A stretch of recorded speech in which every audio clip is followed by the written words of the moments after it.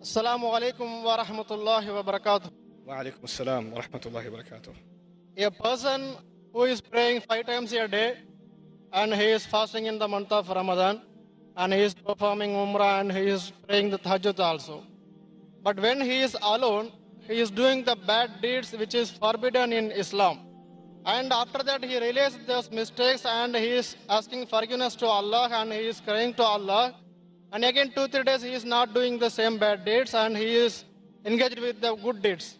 And again it is repeating to bad deeds and again asking forgiveness. It is going like this. So why this fluctuation in his life? So Very how good. to improve and increase his taqwa? Thank you so much for your question, because this question is for millions of people. It's not just for one person. And thank you for asking that question. It's a Jazakallah very khair. intelligent question, mashallah. Let me just try to address this. I've given a lot of talks about this issue, the cycle of sin, and the cycle of even good people. You know, they're praying, they're reciting Quran, they're even doing Umrah, ibadat, but at the same time, they can't get away from certain evil practices in their alone time.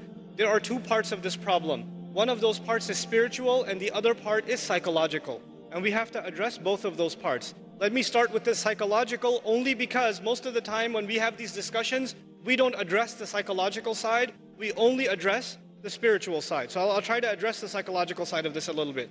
You have to understand that in psychology, there are triggers. In other words, there are certain situations that make your mind, release certain chemicals in your brain, and they make you want to do some things in certain settings. They are triggers. So for example, for a young man, I'll give a crude example. A young man is watching an action movie, and he's watching the movie and he sees a beautiful woman. And as soon as he sees that one scene, his mind gets triggered. And he pauses the movie and watches something far worse. And he gets into the habit of doing that. It wasn't the movie itself, it was just that one thing that triggered it. Or for some people, when they go back into their apartment or in their room, when they're alone by themselves, bad things happen. When they're by themselves. When they're at the masjid, obviously it doesn't happen. When they're with their friends, it doesn't happen. When they're on their own, it happens. So the first bit of advice for everyone here and myself is you have to identify, when does the sin happen? When I'm by myself. Where am I when it happens? What times does it happen? And if you can identify the problem times and the problem places and the problem situations, you have to try to change those situations. If you're a young man and you have a problem with, the kinds of things that are available on the internet, and you're looking at those kinds of things, for example, put your laptop, put your mobile device, put it in the kitchen. So that your mother's walking by, your dad's walking by, and the mobile device, don't put it in your room. And parents, put that stuff in a visible place in the house. These screens are destroying our kids. Seriously. Then the other thing, the spiritual side of this problem.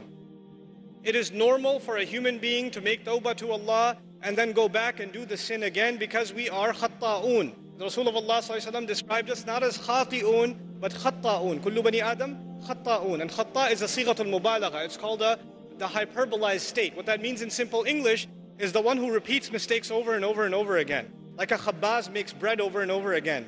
A khatta' makes mistakes over and over again. So that will happen. It's inevitable that some sin will occur over and over again. However, if in the back of your mind, the moment you made tawbah, you are already thinking about 3 weeks from now, I'm going to be doing this again anyway. If you're thinking that in the back of your head, then لَيْسَتِ التَّوْبَةِ لِلَّذِينَ يَعْمَلُونَ السَّيِّئَاتِ. Tawbah is not for people who continually do evil deeds. They've already accepted it. Allah says, وَلَمْ يُصِرُّوا عَلَى مَا فَعَلُوا. They don't insist on what they did. In other words, you have to make a serious, verbalized, conscious commitment. This has to stop. Not that one time you cry and you turn to Allah, I'm so sorry, I can't believe I did this, and you don't do it. You have to figure out a way to get away from this entirely, a serious commitment to yourself. And if you can't do it on your own, seek the help of friends. Seek the help of people you trust. I know it's embarrassing sometimes, but we all need counsel and help sometimes. And when you realize that it's been going on for years and you haven't been able to get out of it, it is time to seek someone else's help. Which is why in the ummah today, psychological and spiritual counseling is so important. So many young people are in need of counseling, and families are in need of counseling. That is one of the greatest priorities of this ummah, because that will be a vehicle by which peace will be delivered to people.